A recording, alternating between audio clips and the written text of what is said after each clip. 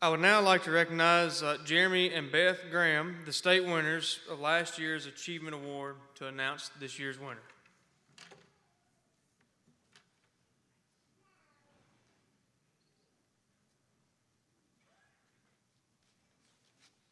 Good evening. As Kelly said, I am Jeremy Graham, and this is my wife, Beth. We were greatly honored to be nominated as last year's Achievement Award winners. We're glad to be with you tonight to announce this year's Achievement Award contest winner. The contest seeks to recognize outstanding young farmers in our state for the growth and development of their farming operations, their leadership skills, their ingenuity, and their involvement with Farm Bureau activities. Please turn your attentions to the screen to meet this year's regional winners.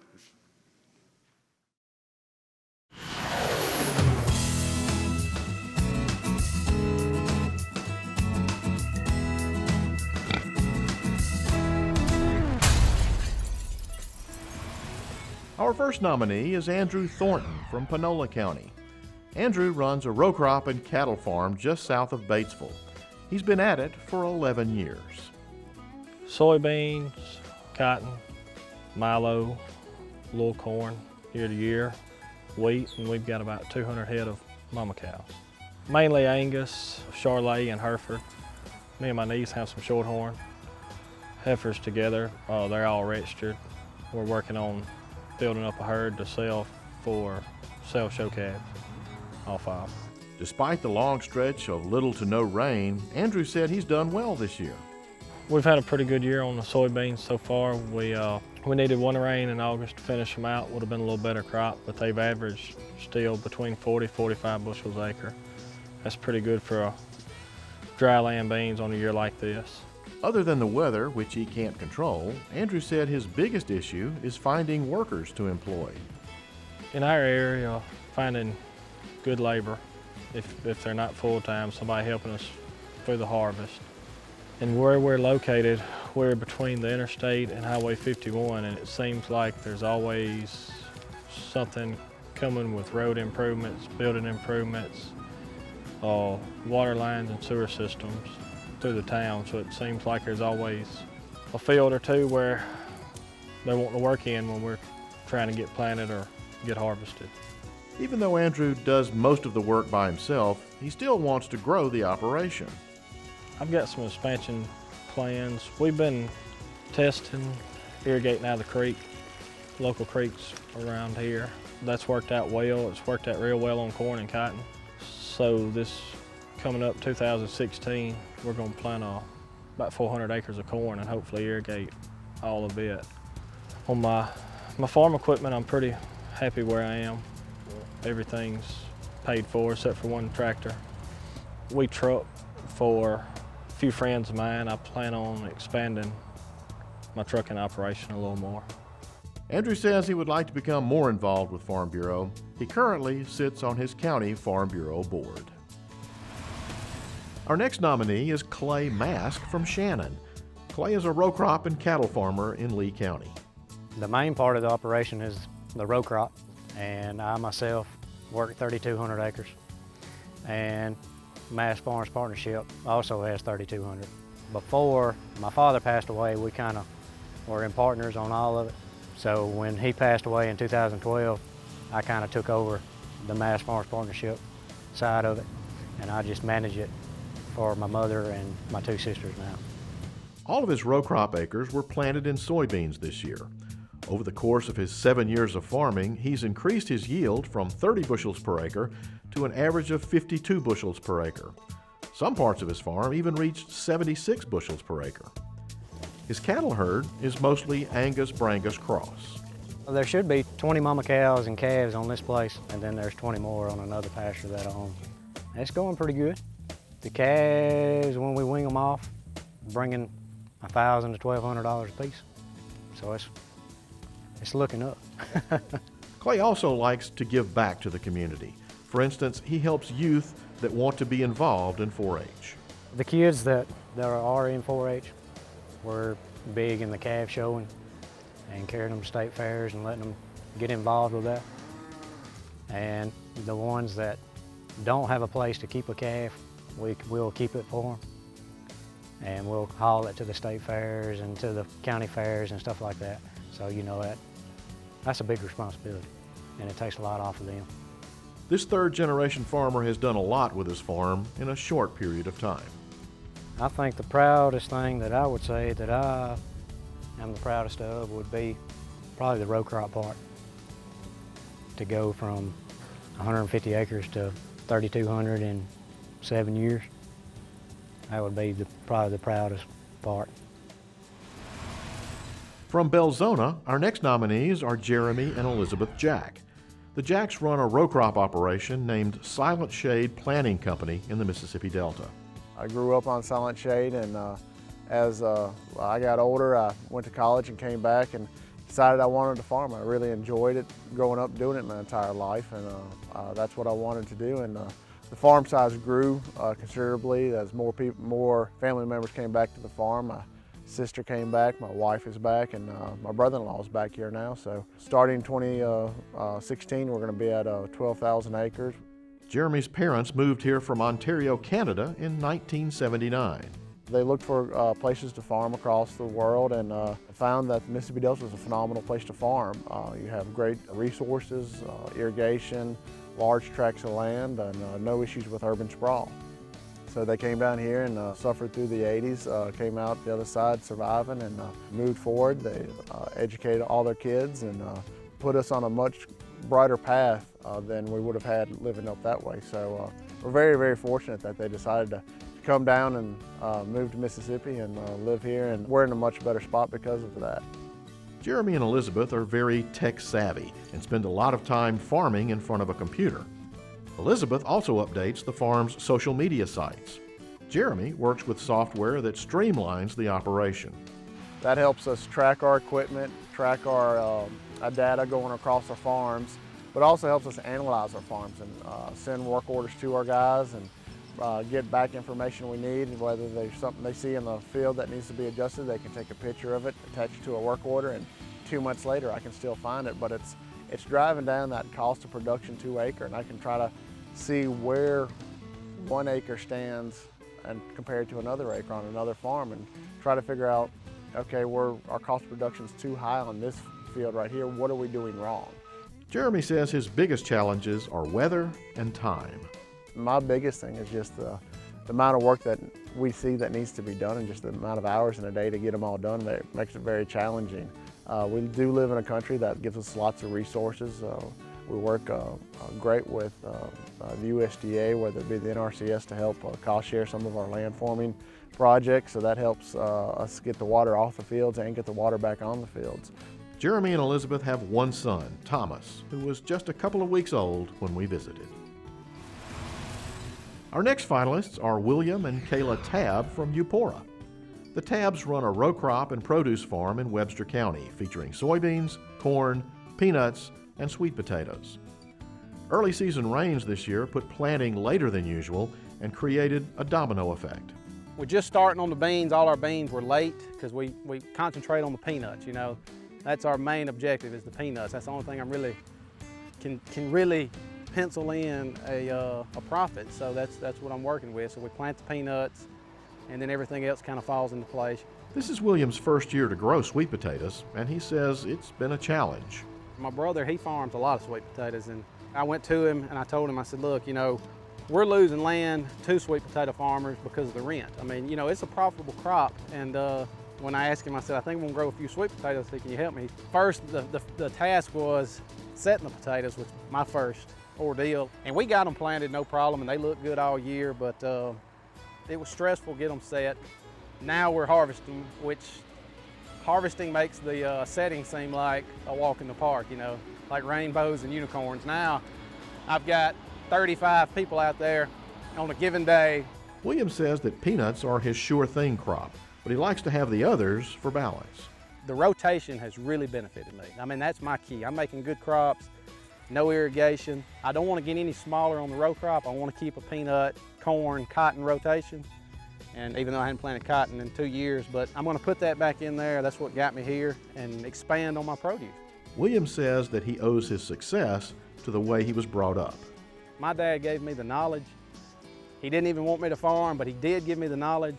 He gave me just enough that I had to earn it on my own, and I went through the good times, and I've already been through some bad, so these bad times don't scare me anymore. You know, he gave me the tools I needed to diversify, and I got a lot of good coaching from my brother and the community, so the knowledge is big.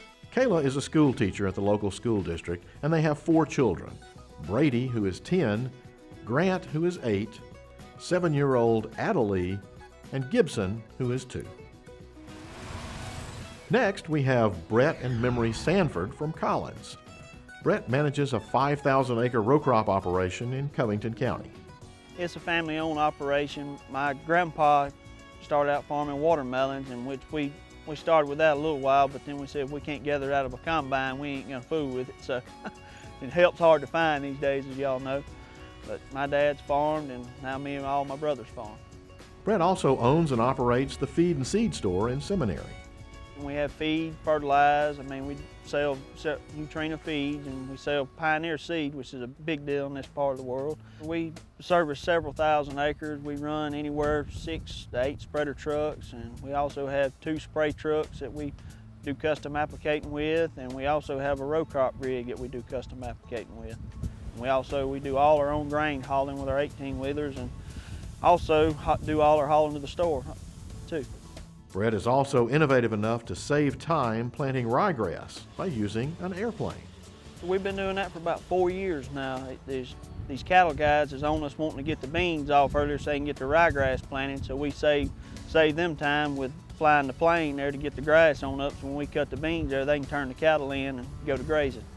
According to Brett, the general public doesn't realize the time that farmers spend doing their job. Well, they just don't understand about all the night and daytime, you know, which we have to get up a lot of times before daylight, and there's a lot of times I don't get in until 10 o'clock at night and don't never get to see my family in there like I thought I should. You know, everybody thinks farming life's easy, and it's not. I mean, there's many hours involved. Memory is a first-grade school teacher at the local elementary school. She and Brett have 3 kids, Jackson, who is 6, Alex is 5, and 4-year-old Braden. Next, we have Sarah Mote from Pike County. Sarah and her family run a 50-head dairy near Progress. Normally start about 4 o'clock in the morning, 4 o'clock in the afternoon. We all play a part in everything here. We all wear many different hats for many different responsibilities. Dad, my sister, myself, we will be found in the barn at any given day, any given time, helping one another. We low temperature vat pasteurized. It is non-homogenized. We pride ourselves in our cow to table in 24 to 48 hours. It's always fresh. And from our jerseys and our green grass, you always get a really nice cream line milk. Everybody asks about the cream line. And during different seasons, you can tell the different colors. When the grass is really rich, you're going to have a nice rich colored milk with a nice rich cream line. We offer our milk in a returnable glass bottle and also plastic. Our glass bottle is a $4 bottle deposit. It's brought back. We hand wash every bottle. They're also sanitized in a commercial dishwasher and then refilled and brought back to you. In addition to their cream-lined milk products, they're also becoming famous for their delicious cheesecakes made right on the farm. The Creole cream cheese cheesecakes, Milk Lady cheesecakes, were brought to life by my mom in 2001 when a customer came to the farmer's market and asked her if she had ever made a Creole cream cheese cheesecake before, and she said no. She was handed a recipe, and from there we have the Milk Lady cheesecakes. My happy place here on the farm is the Milk Lady Cheesecake Kitchen. I spend most of my time and most of my effort in there. And especially right now, we are getting into the holiday season. We will get very busy through Thanksgiving, Christmas, and our new venture last year, our Creole cream cheese king cake cheesecakes. We use our fresh eggs and our Creole cream cheese to make a Creole cream cheese cheesecake. Fresh, no preservatives, no additives. Lots of raves, lots of loves for it. We make about 150 to 200 small ones a week that are sent to various stores and restaurants. Sarah emphasizes that this is a family dairy that has been in operation for more than 80 years. She shares the work with her parents, her sister and brother, her 2 children, and her nephew. Our final Achievement Award nominee this year is Taylor Hickman from Hattiesburg. Taylor owns and operates a poultry farm near the hub city. I grow alongside my brother. My uncle's got chicken houses as well. Started growing chickens in January 2007, so I've been growing chickens for 8.5 years now. I started with 4 chicken houses, and my brother's got 4 as well, but the 2 of us are going in together and we're building 4 more, so essentially I guess we'll have 6. I have about 5 flocks a year. They're roughly 9 pounds. I get them when they're just a few hours old and grow them till they're 60, 63 days. Then we'll have a clean out period and kind of retooling period, and we'll go from there. In addition to the chicken houses, Taylor also raises soybeans. 85 acres in soybeans. It's not a lot, but it's all that was available really. Soybeans seem to do pretty well on this chicken litter ground. We've cut really good bushels the last few years for dry ground beans anyway. One of the concerns Taylor has with his poultry operation is the possible introduction of avian influenza that's been infecting the Midwest.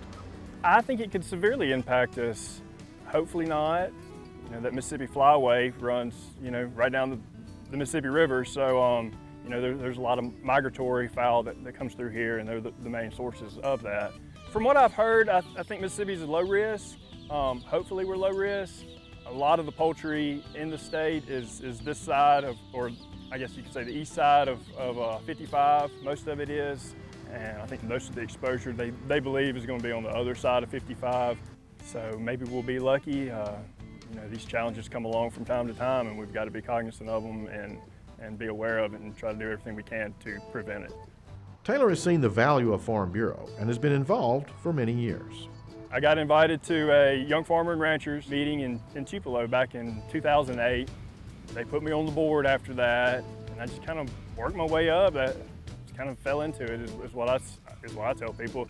I'm the vice president of Forest County Farm Bureau now. And those are the nominees for the 2015 Young Farmers and Ranchers Achievement Award.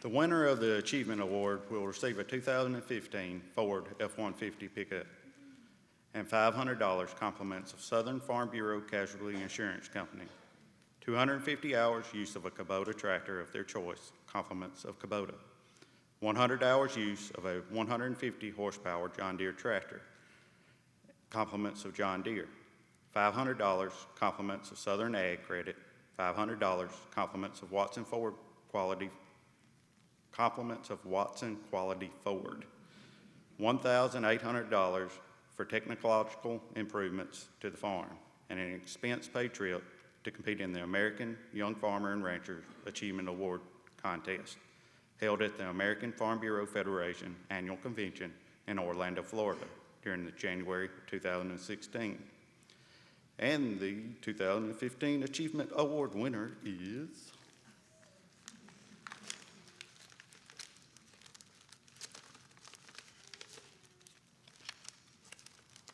Billy and Kayla Tabb.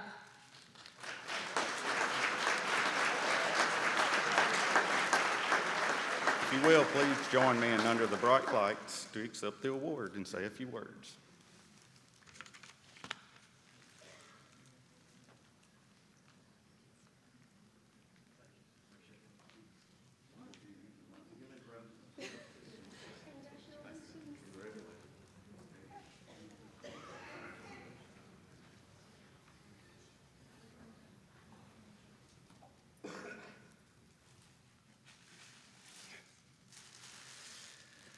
Well, we weren't expecting this, but we really appreciate it. It's exciting, and I'm not much for giving speeches, but I'm proud to be here and proud to be a farmer. And Farm Bureau, Samantha, thank you so much. I was raised in a farm family, and I'm proud, and I know all of y'all are, and we love it, and we love being farmers and being part of Farm Bureau. I'm going to let my wife talk a little bit because she can probably do a little better. I also want to thank Farm Bureau and the Federation and all that they've done for our family and all that we've been involved in. As well as Billy, I grew up on a family farm, and I'm appreciative to get to share that in the classroom every day and with our children. Thank y'all. I also want to say that it's a reward to come somewhere where we can hear the gospel music and pray and be proud of our country.